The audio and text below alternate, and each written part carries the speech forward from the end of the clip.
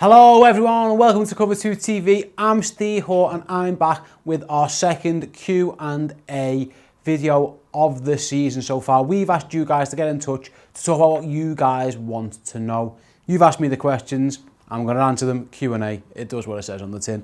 Let's get cracking straight away with a question from Daryl Moulton, who asks, will the New York Giants be able to turn it around without Odell Beckham Jr.? No, is the basic answer for me. Unfortunately, it isn't just the Beckham injury though, is it?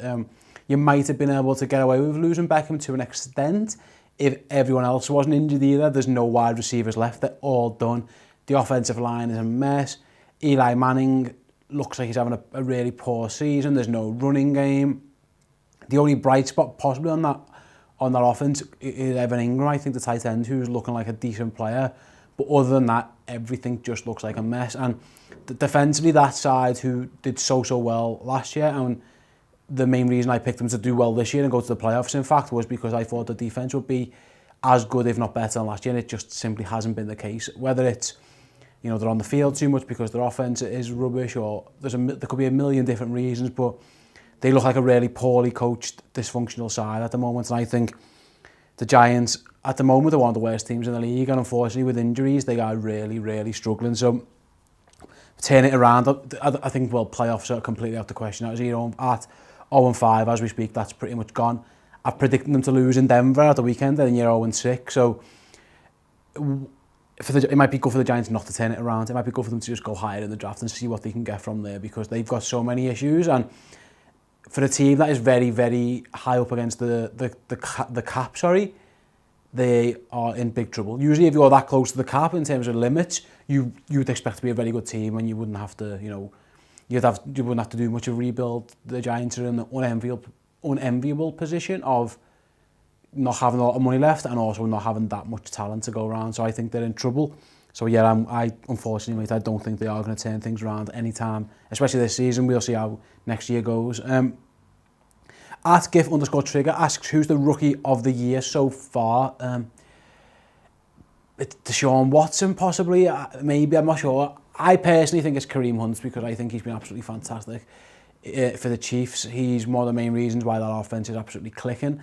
They're the best team in the league as we speak. So as well as Deshaun Watson has played, and he has played really well, and Leonard Fournette has been absolutely fantastic as well. Dalvin Cook was on course maybe to have that type of season. Unfortunately, he got the big injury. So I think I will give it to Kareem Hunt with honourable mentions to Watson and another honourable mention to Leonard Fournette, who have both been pretty good as well. Jay Gray asks, is Party Boy Trubisky going to turn Chicago's fortunes around? Listen, I was never a huge Mitch Trubisky fan in the first place, if I'm honest. He's very athletic, I understand that. He's got a good arm and stuff, but I think there's a reason why he didn't start in college straight away, and having watched this, again, we've watched one NFL game, it's hard to judge.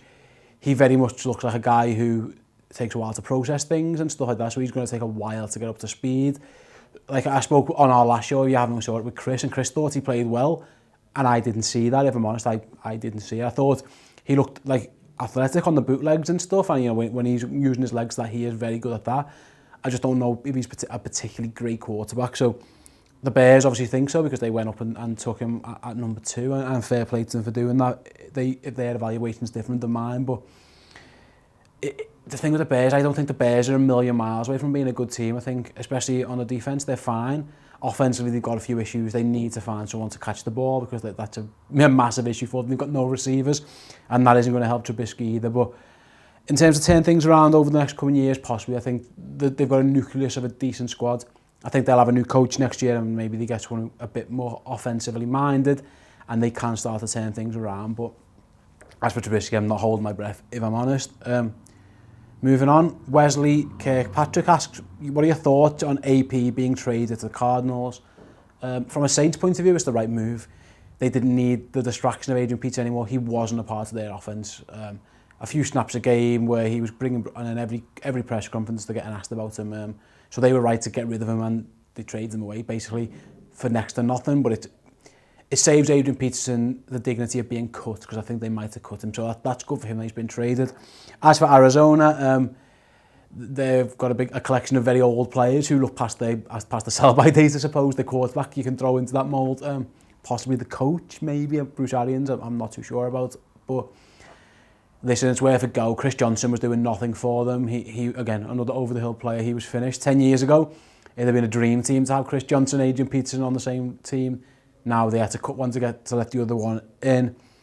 It's a roll of the dice. He couldn't be any much worse than what Johnson was, but if I'm honest, I don't think he's going to have much of an impact in Arizona at all. I think the line is really bad, and I don't think this Adrian Peterson can make up for that. Old Adrian Peterson, you could put 5 guys who look like me in front of him and he'd be fine.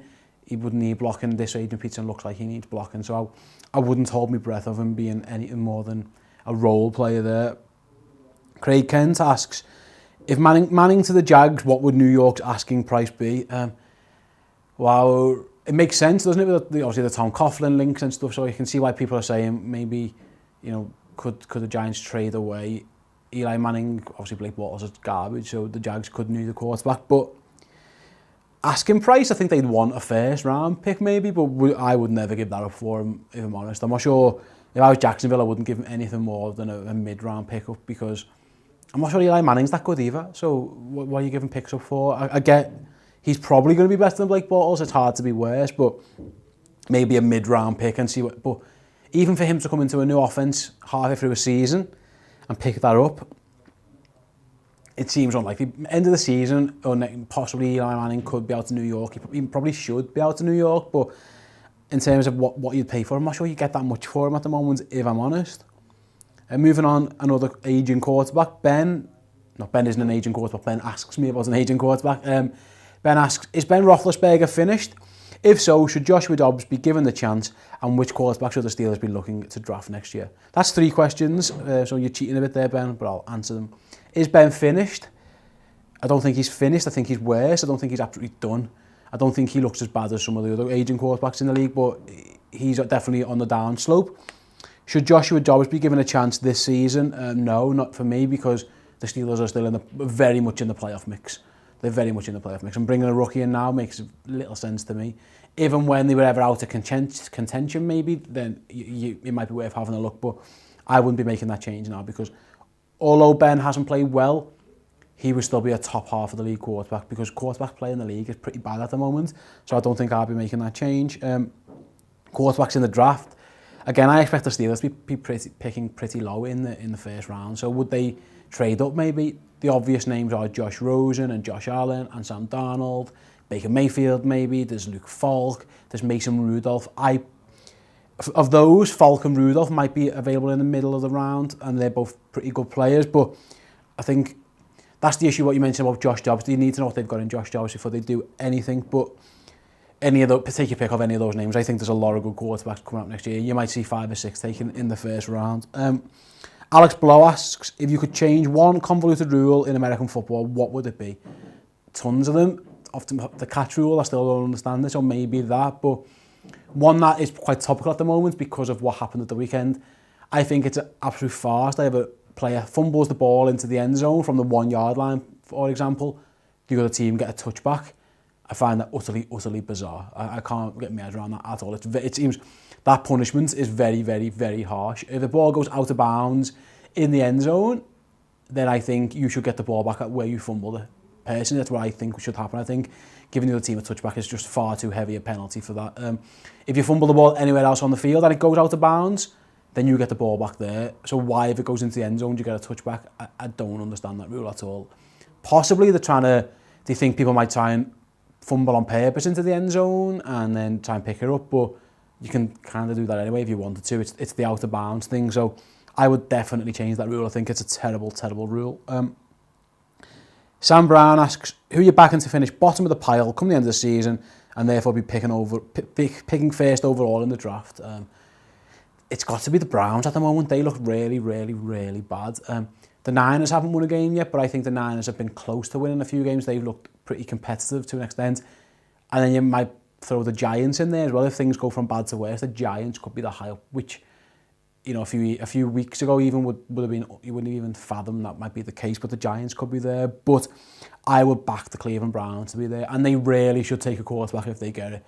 They've done all the trade and stuff away. They've acquired picks. They've got some decent young talent now by doing so. Go and get that quarterback. You passed on Wentz, you passed on Watson, you passed on Trubisky, you passed on Goff. You didn't like them. You need to take a quarterback soon or things aren't going to change. So I think it'll be the Browns there. David Howell, speaking of first overall picks, should the NFL introduce an NBA-style draft lottery to discourage tanking? So if anyone doesn't know, in the NBA, you don't necessarily, the worst team doesn't necessarily get the first overall pick. They do a lottery-based system where you have more chance of getting it than other teams, but you're not necessarily guaranteed it, and it is to stop tanking in the NBA. Personally, I don't think it would ever work in football, if I'm honest. I think the records are always very, very similar for a start. So I'm not sure how you would work that out. You get a lot of teams who are around the same, 3 and 13, and then you go, there seems to be a lot of 8 and 8, for example, the middle of the range. So I don't think it's needed. I don't actually think that many teams actually purposely tank. I think GMs and owners or GMs and front officers sometimes tank, but I don't think players necessarily do. So now I quite like the system as it is. I don't think very few teams have actually tanked, I think, in recent years. If you look, the Browns probably last year probably did. I think the other teams who had the number 1 overall pick in recent years have either been a bit crap or a bit injured. So I'm not sure it's that big an issue, if I'm honest, David. And last but certainly not least is Jonathan Higgins, who I know is a big Jags fan, and he asks about the Jags, funnily enough.